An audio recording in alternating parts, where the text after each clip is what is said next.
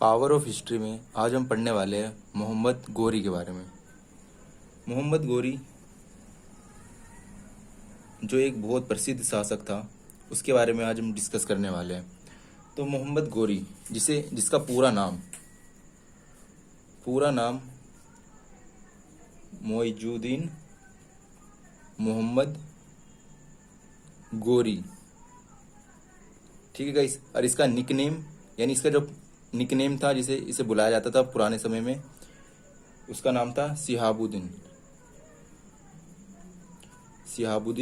गोरी, ठीक है गाइस। ये 11वीं शताब्दी में ये अफगान का सेनापति था। कहाँ का? अफगान का सेनापति था। कौन? मोहम्मद गोरी। ये एक बहुत प्रसिद्ध शासक है गाइस, इसके बारे में आज हम पढ़ने वाले हैं। सो गाइस, महमूद गोरी ये गौर साम्राज्य पर राज करता था, ठीक है गाइस, गौर पर।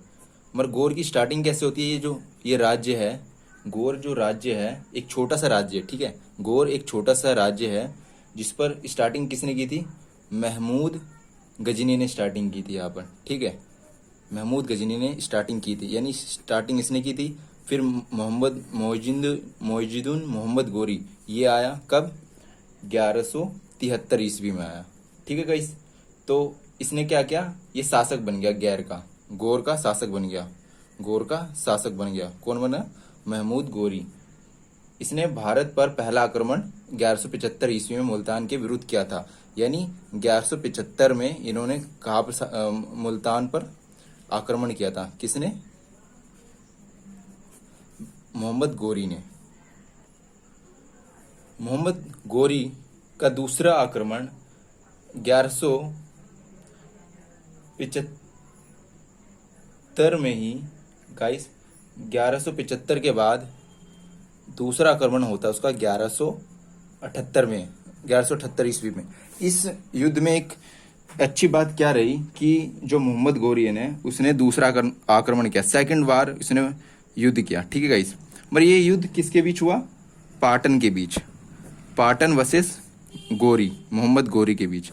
पाटन आज का कहाँ पर है? यह है गुजरात में, ठीक है गाइस, गुजरात पर है।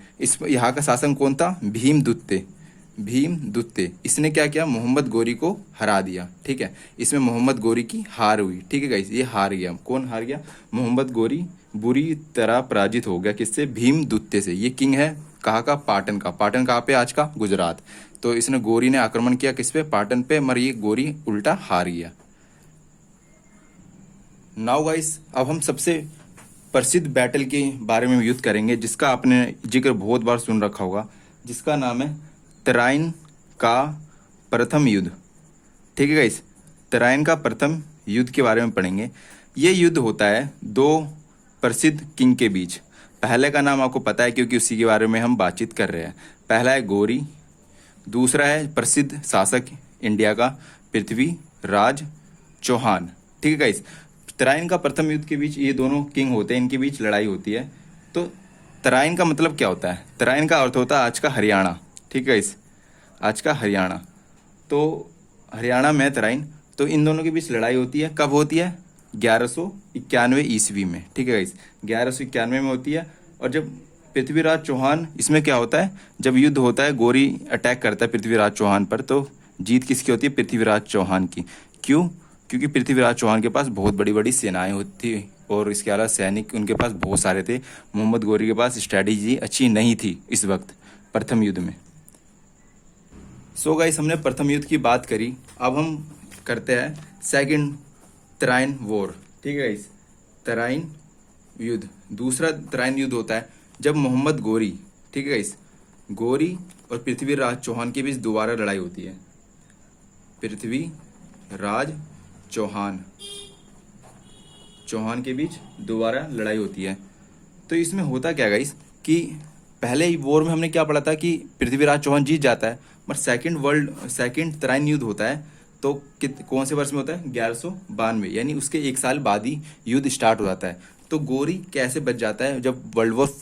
जब फर्स्ट तराइन युद्ध होता है तो उसमें क्या होता है कि गोरी उनके कदमों में गिर जाता है और उन्हें पता था कि राजपूतों का एक सिद्धांत होता है कि वो किसी भी जो उनके पैर में शरण ले लेता है या उन्हें माफ़ी मांग लेता है उसको छोड़ देते हैं। ये राजपूतों का एक सिद्धांत है, जो उनके शरण में होता है और उनसे माफ़ी मांग लेता है कि मुझे माफ़ कर दो, तो उसे छोड़ देते हैं। ये तो मोहम्मद घोरी ने यही फॉर्मूला अपनाया, जिसकी वजह से वो 1191 के प्रथम तराइन युद्ध से बच सका, उसके जान बच सकी। मगर वो फिर 1192 में आता है जो सेकंड तराइन युद्ध होता है 1192 में। तो इसमें गोरी आता है और पृथ्वीराज चौहान के साथ युद्ध करता है। मगर इस युद्ध में क्या होता है कि जो वर्ल्ड वॉर की जगह होती है ना, वहाँ पर गोरी पहले वाली स्ट्रेटेजी नहीं अपनाता। इस बार वो चारों दिशाओं से आक्रमण करता है, ठीक है गाइस, अपने सैनिकों के साथ। इसमें एक चीज़ नई हमने देखी कि इसमें गोरी पृथ्वी से हार तो गया, इसमें हमने देखा कि गोरी पृथ्वी से हार तो गया, मगर इसमें तकरीबन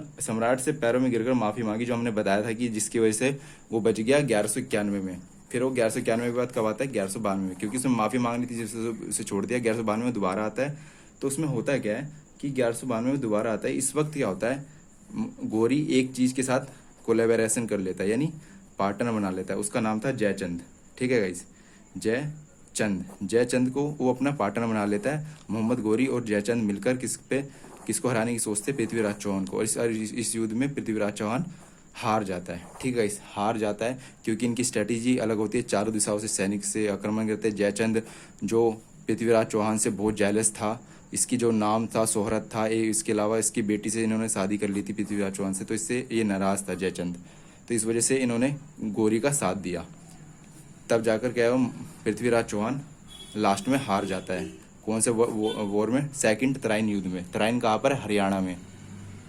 सो गाइस, इसी तरह हमारा तीसरा युद्ध स्टार्ट होता है जो गोरी के साथ खेला जाता है। अब ये युद्ध आपको बड़ा आश्चर्यजनक लगेगा सुन के। ये गोरी वर्सेस जयचंद के बीच होता है, ठीक है गाइस, जयचंद की वजह से होता है, क्योंकि जयचंद ने तराइन के सेकंड युद्ध में उनका साथ दिया था। मगर होता क्या है, गोरी उन पर विश्वास नहीं कर पाता जयचंद पर। क्यों?